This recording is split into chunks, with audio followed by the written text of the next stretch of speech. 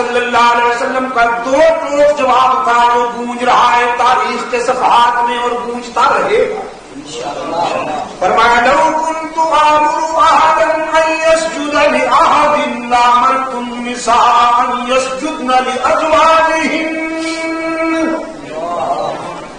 اگر میری شریعت میں میرے پروگرام میں اللہ کے بعد کسی اور کے آگے سر جھکانے کی گنجائش ہوتی تو میں بیویوں کو اجازت دیتا کہ وہ اپنے خاوند کے آگے تعظیماً جھکا کرے،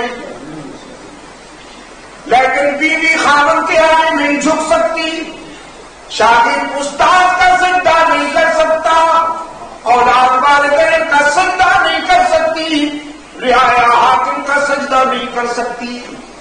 باقی سارے رشتے چھوڑیے، ساری نسبتیں اور رابطے چھوڑیے، کوئی صحابی پیغمبر کا سجدہ بھی نہیں کر سکتا.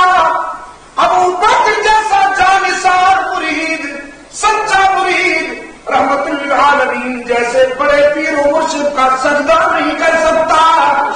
اس لیے یہ جو خاص خدا کا حصہ ہے بندوں میں اسے تقسیم نہ کر،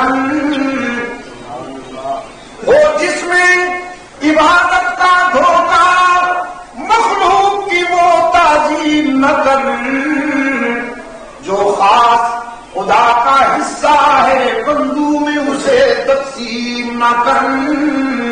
سجدہ کس کا حق ہے؟ کس کا حق تھا، کس کا حق ہے اور کس کا حق رہے گا؟ کوئی اس حق میں شریک نہ تھا، نہ ہے اور نہ ہوگا، قیامت تک نہیں ہوگا. سجدے میں اللہ کے ساتھ شریک نہ کیا جائے، رکوع میں اللہ کے ساتھ شریک نہ کیا جائے، قیام میں عابد بن کر تعظیماً قیام کا حق بھی اسی کے لیے مخصوص ہے.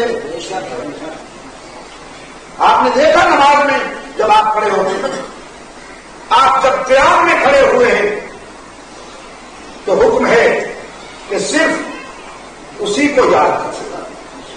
آپ جب رکوع میں ہیں تو حکم ہے صرف اسی کی تسبیح کرو. آپ جب سجدے میں ہیں تو حکم ہے صرف اسی کی تسبیح کرو، چونکہ یہ اذان عاجزی کی ہے اور عاجزی کی ہر ادا اس نے اپنے لیے مخصوص کرنی ہے. آپ جب قیام میں ہیں تو اسی کو یاد کرو، رکوع میں ہیں تو اسی کی تسبیح کرو، سجدے میں ہیں تو اسی کی تسبیح کرو. اب جب آپ بیٹھ جائیں تو اب حکم ہوا کہ میرے محبوب پر درود بھی پڑھو. اللہم صلی علی محمد وعلی آل محمد کما صلیت علی ابراہیم وعلی آل ابراہیم انک حمید مجید. اللہم بارک علی محمد وعلی آل محمد کما بارکت علی ابراہیم وعلی آل ابراہیم انک حمید مجید. درود پڑھیے نماز میں، لیکن قیام میں نہیں، رکوع میں نہیں، سجدے میں نہیں. جب بیٹھ جاؤ تو اب کیوں؟ اس لیے کہ رکوع کی ادا اللہ نے اپنے لیے مخصوص کی، سجدے کی ادا بھی اللہ نے اپنے لیے مخصوص کی، قیام کی ادا بھی اللہ نے اپنے لیے مخصوص. اور اجمی فنکاروں نے کیا کیا؟ لوگوں کے جذبات سے کھیلتے ہوئے انہوں نے تصور ہی یہ دیا کہ درود و سلام کے وقت کھڑے ہو جانا ادب ہے، احترام ہے، ادب ہے کہ تم جب درود و سلام کرو تو اس وقت کھڑے ہو جاؤ. اور اللہ کا بدلہ لے. اللہ نے کیا بدلہ لیا؟ اللہ نے فرمایا تم اگر کھڑے ہو کر درود پڑھو گے نا تو میں اصلی درود تمہارے زبان سے چھین کر تمہیں نقلی درود کے پیچھے لگا دوں گا. اصلی درود تمہیں نہیں پڑھنا. وہ اصلی درود کے نماز میں پڑھا جاتا ہے درود ابراہیمی، جو اللہ کو پسند ہے، جو رحمت عالم صلی اللہ علیہ وسلم نے تعلیم دیا، جو صحابہ پڑھتے رہے. اللہ نے وہ درود ان سے چھین لیا، اب اپنا بنایا ہوا پڑھتے ہیں کورس میں. مصطفیٰ جان رحمت اللہ نعتوں کے ساتھ کورس میں پڑھتے ہیں پڑھتے ہیں لوگوں کو باور کرانا چاہتے ہیں کہ یہ تو بہت اچھا ہے، وہ تو پرانا ہے، ہر امت پڑھتی رہی ہے، اصل میں اب یہ ہے جو ہم نے بنایا ہے۔ ایک مولوی صاحب قرآن ہاتھ میں لے کر یہ پڑھ بھی رہے تھے اور کہہ رہے تھے صحابہ کرام بھی یہی درود پڑھتے، مصطفیٰ جان رحمت پہ لاکھوں سلام،